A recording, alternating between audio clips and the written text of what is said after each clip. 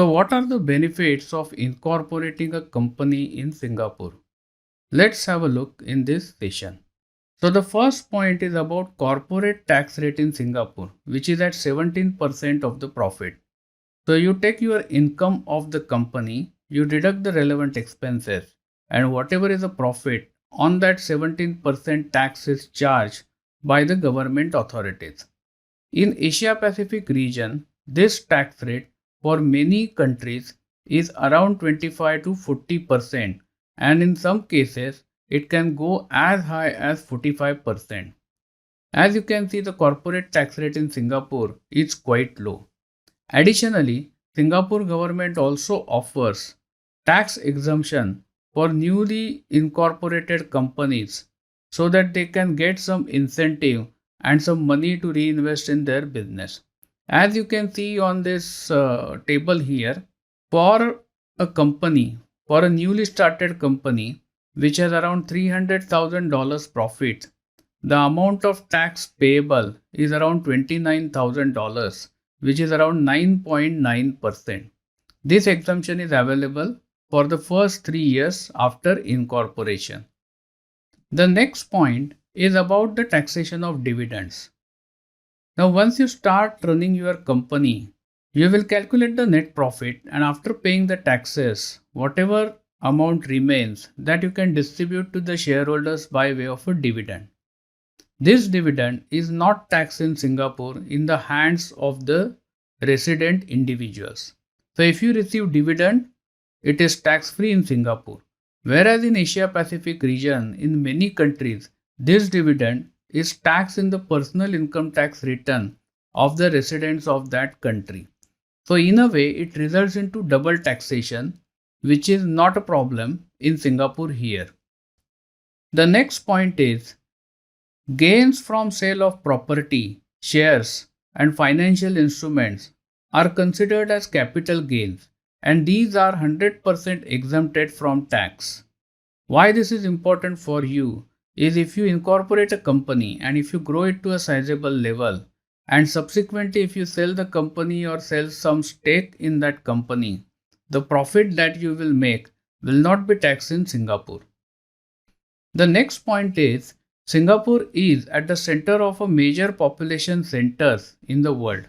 As you can see, Singapore's location is somewhere here, and within approximately 4,000 miles range, you will notice some of the biggest countries in the world like India, China, Pakistan, which has a high population, Bangladesh, Indonesia, Philippines, Japan.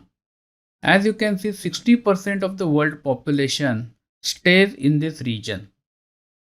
In the ranking for ease of doing business, Singapore has consistently been rated at a very high position. For 2020, it is rated at number 2, and as you can see here, in past also its ranking has been consistently high. In case of global ranking based on Logistics Performance Index, which considers customs, infrastructure, international shipment, and logistic competence, Singapore has been rated number 7 worldwide, which is also quite a high rank. There are few other points like Singapore has been rated number 1 most competitive economy in the world. It has been rated as number 2 in the world for ease of doing business. It has been rated as number 1 in Asia Pacific and number 2 globally for talent competitiveness. So if you are looking to hire people and if you are looking for a quality manpower that is easily available in Singapore, it is number 2 most connected country in the world. It is number 4 most competitive financial center, and it is number 1 in Asia Pacific and number 2 globally for digital competitiveness. For newly started companies, Singapore government authorities provide lot of incentives and assistance. So this is one of the website where you can find about those grants. But in summary, you can see there are Startup SG Founders, Startup SG Tech, Productivity Solution Grants, Market Readiness Assistance, Enterprise Development Grants, and so many.